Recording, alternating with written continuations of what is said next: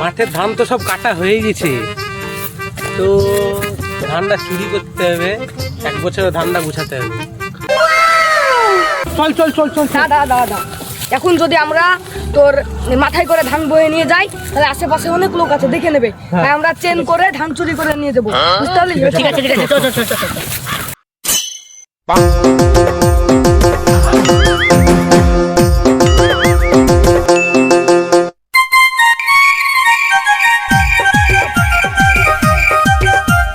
আরে তুই তো আমাদের টিমে ছিলি না, তুই কে?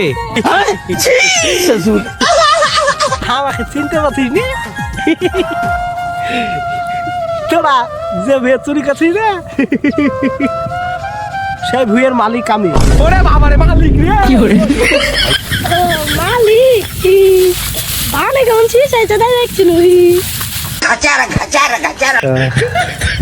ধানের শীষ ছিল তাই দেখছিলি? তাহলে এখানকার ধান ওখানে নিয়ে গিয়ে রাখলি, তার মানে কি রে? তার মানে কি?